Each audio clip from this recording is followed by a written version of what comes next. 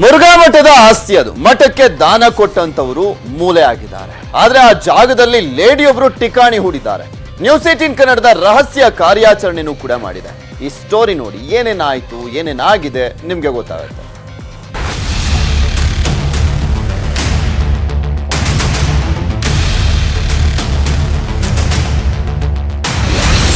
ಕೊಟ್ಟಿದ್ದು ಬುದ್ಧಿಯವರು, ಈಸ್ಕೊಂಡಿದ್ದು ಅಮ್ಮೋರು. ಸ್ವಾಮಿಗೆ ಮರ್ಯಾದೆ ಕೊಡಲ್ಲ, ಬಹುವಚನ ಬಳಸಲ್ಲ. ಮುರುಘಾ ಮಠದ ಪೀಠದಲ್ಲಿ ಕುಳಿತು ಅಪ್ರಾಪ್ತೆಯರ ಮೇಲೆ ಕಣ್ಣು ಹಾಕಿ ಖಾಕಿ ಕೈಲಿ ವಿಚಾರಣೆ ಎದುರಿಸುತ್ತಿರೋ ಸ್ವಾಮಿಯ ಮತ್ತೊಂದು ಕರ್ಮಕಾಂಡವನ್ನ ನ್ಯೂಸ್ 18 ಬಯಲಿಗೆಳೆದಿದೆ. ತುಮಕೂರು ಜಿಲ್ಲೆಯ ಗುಬ್ಬಿ ತಾಲೂಕಿನ ಜಿ ಹೊಸಹಳ್ಳಿ ಪಡುವಲ ಮಠ 1955ರಿಂದ ಮುರುಘಾ ಮಠಕ್ಕೆ ಸೇರಿದೆ. ಆದರೆ ಪಡುವಲ ಮಠಕ್ಕೆ ಶಿವಮೂರ್ತಿ ಸ್ವಾಮಿ 12 ವರ್ಷದಿಂದ ಪೀಠಾಧಿಪತಿಯನ್ನೇ ನೇಮಿಸಿಲ್ಲ. ಬದಲಿಗೆ ಮಠ 7-8 ವರ್ಷಗಳಿಂದ ಕುಟುಂಬವೊಂದರ ಸುಪರ್ದಿಯಲ್ಲಿದೆ. ಇದೆಲ್ಲ ನ್ಯೂಸ್ 18 ಸ್ಟಿಂಗ್ ಆಪರೇಷನ್ ಅಲ್ಲಿ ಬಯಲಾಗಿದೆ. ನಾವು ಕೆಲಸದವರು, ಯಾರು ಇಲ್ಲಿಗೆ ಬರಬಾರ್ದು. ಬಟ್ ಇದೆಲ್ಲ ಸ್ವಾಮೀಜಿ ಸೇರಿರೋದೇ ಅಲ್ವಾ? ಪ್ರಾಪರ್ಟಿ ಎಲ್ಲ ಮಠಕ್ಕೆ ಸೇರಿರೋದು ಎಲ್ಲ ಮಾಡಿ ನೀವು ಅಷ್ಟೇ ಇರೋದಿಲ್ಲ, ಬೇರೆ ಸ್ವಾಮೀಜಿಗಳು ಬರಲ್ಲ ಇಲ್ಲ? ಯಾರು ಬರಲ್ಲ, ಈಗ ನಮ್ಗೆ ಯಾರು ಎಂಟ್ರಿ ಇದೆ. ನಾವು ನೋಡ್ಕೊಂತಿದೀವಿ, ಅವ್ರದ್ದು ಮಠದ್ದೇ ಇದೆಲ್ಲ ಮಠದ್ದೇ, ಅವ್ರು ನಾವು ನೋಡ್ಕೊಂತಿದೀವಿ ಅಷ್ಟೇ ಕೆಲಸದವ್ರು. ಎಷ್ಟು ವರ್ಷದಿಂದ? 12 ವರ್ಷ. ನಮಗೆ ಸಂಬಳ ಕೊಡ್ತಾರೆ, ನೋಡ್ಕೊಂತೀವಿ ಅಷ್ಟೇ. ಎಷ್ಟಿದೆ ಮೇಡಮ್ ಒಟ್ಟಸ್ಗಳೆಲ್ಲ? ಒಟ್ಟಸ್ಗಳು ಎಷ್ಟಿದೆ ಮೇಡಮ್ ಎಲ್ಲ? ಒಂದು 90 90 ನಮ್ಮ ಪಾಡಿಗೆ ನಾವಿದೀವಿ. ನಾವು ಯಾರ ಸುದ್ದಿ ಹೋಗಿಲ್ಲ, ಯಾರ ತಂಟೆಗೆ ಹೋಗಿಲ್ಲ. ನಮ್ಮ ಮೇಲೆ ಅವ್ರು ಮಾಡ್ಕೊಂಡಿರೋ ತಪ್ಪು ನಮ್ಗೆ ಗೊತ್ತಿಲ್ಲ ಸರ್ ಏನು ಅಂತ. ನಮ್ಗೆ ಸಂಬಳ ಕೊಡ್ತಾರೆ, ನಾವಿದೀವಿ ಅಷ್ಟೇ. ಶರಣರನ್ನ ಏಕವಚನದಲ್ಲಿ ಮಾತನಾಡಿಸ್ತಾರೆ. ಪೀಠಕ್ಕೆ 18 ಎಕರೆ ಭೂದಾನ ಮಾಡಿದ್ದ ಪಾಳೆಗಾರರ ವಂಶಸ್ಥರು ಸಿಡಿದೆದ್ದಿದ್ದಾರೆ. ಇವರು ಯಾರೋ ಗೊತ್ತಿಲ್ಲ. ಹೊಸ ಪೀಠಾಧಿಪತಿ ಬರೋವರೆಗೂ ಇರ್ತಾರೆ ಅಂತ ಹೇಳಿ 7ರಿಂದ 8 ವರ್ಷಗಳೇ ಕಳೆದ್ವು. ಶರಣರನ್ನ ಇವರು ಏಕವಚನದಲ್ಲೇ ಮಾತನಾಡಿಸ್ತಾರೆ. ಅಲ್ಲದೆ ಹಳೆ ಸ್ವಾಮೀಜಿಗೆ ದುಡ್ಡೇ ಕೊಡ್ತಿರ್ಲಿಲ್ಲ. ಇವರ ಹತ್ರ ಇನೋವಾ ಕಾರ್ ಬೇರೆ ಇದೆ ಅಂತ ಕಿಡಿಕಾರಿದ್ರ.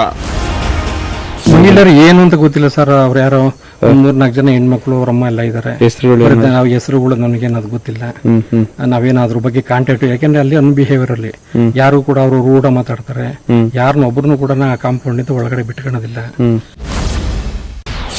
ನಾವೇನು ಹೇಳಿದ್ರು ಅವ್ರು ಬಹಳ ಉದಾಸೀನತೆ. ಆಮೇಲೆ ಆ ಸ್ವಾಮೀಜಿ ಅವ್ರನ್ನೇ ಈ ಅಮ್ಮ ಒಂಥರ ಬಹಳ ಏಕವಚನದಲ್ಲಿ ಮಾತಾಡಿಸ್ತಾರೆ.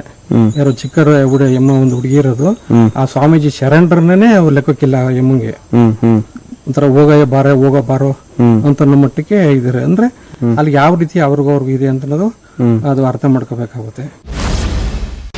ಆ ಸ್ವಾಮೀಜಿಗಳು ಇರೋ ತನಕನ 1 ಲಕ್ಷನ ಒಂದು ಸಹಾಯ ಕೊಡಿ ಅಂತಂದ್ರೂ ಕೂಡ ಕೊಡ್ತಿರ್ಲಿಲ್ಲ. ಈಗ ಇವ್ರಿಗೆ ಕೋಟಾನ್ಗಟ್ಲೆ ಕೊಟ್ಟಿದ್ದಾರೆ. ಈ ಅಮ್ಮನಿಗೆ ಕಾರು, ಇನೋವಾ ಕಾರ್, ಪ್ರತಿಯೊಂದು ಇವತ್ತು ಏನು ಕೇಳಿರ್ಬೇಕು ಹಾಕ ಯಾವ ಚೆಕ್ಕಿಗೆ ಅಂತಂದ್ರೆ ಅಕೌಂಟ್ಗೆ ಹಾಕ್ಬೇಕು, ಆ ರೀತಿ ಮಟ್ಟಕ್ಕೆ ಇಟ್ಕೊಂಡಿದ್ದಾರೆ. ಶಾಖಾ ಮಠದಲ್ಲಿ ರೇವತಿಯದ್ದೇ ಸಾಮ್ರಾಜ್ಯ. ಶಾಖಾ ಮಠದ ಅಂಗಳದಲ್ಲಿ ರೇವತಿ ಅನ್ನೋ ಹೆಸರು ಓಡಾಡ್ತಿದೆ.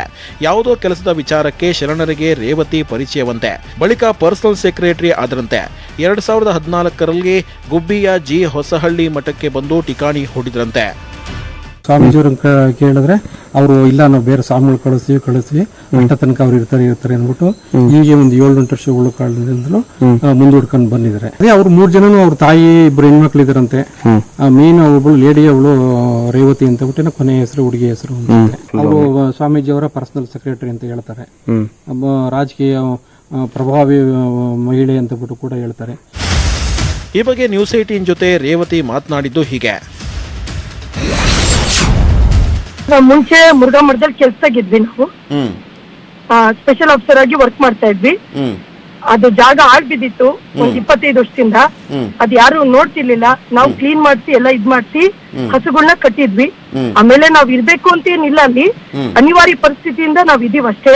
ಆದಷ್ಟು ಬೇಗನೂ ನಾವು ವೆಕೇಟ್ ಮಾಡ್ಬೇಕು ಅಂತ ಎಲ್ಲಾ ರೀತಿನೂ ಮಾತಾಡಿದ್ವಿ. ಸ್ವಾಮೀಜಿಯವ್ರಿಗೂ ಎಲ್ಲ ತಿಳಿಸಿದ್ವಿ. ನಾವೆಲ್ಲಾ ರೀತಿನೂ ಆಡಳಿತ ಸಮ್ಮುಖವಾಗಿ ಎಲ್ಲರಿಗೂ ಮಾತಾಡಿದೀವಿ. ಅವರು ನೇಮಕ ಮಾಡ್ತೀನಿ ಅಂತ ಹೇಳಿದ್ದಾರೆ. ನೇಮಕ ಮಾಡಿದ ತಕ್ಷಣ ನಾವ್ ಬಿಟ್ಟು ಹೋಗ್ತೀವಿ ಸರ್. ಮುರುಘಾ ಮಠದಲ್ಲಿ ಅವ್ಯವಸ್ಥೆ ಆದಂತಿದೆ. 1950ರಲ್ಲಿ ಶಾಖಾ ಮಠ ಉದ್ಧಾರ ಆಗ್ಲಿ ಅನ್ನೋದು ಪಾಳೆಗಾರರ ಮನವಿ.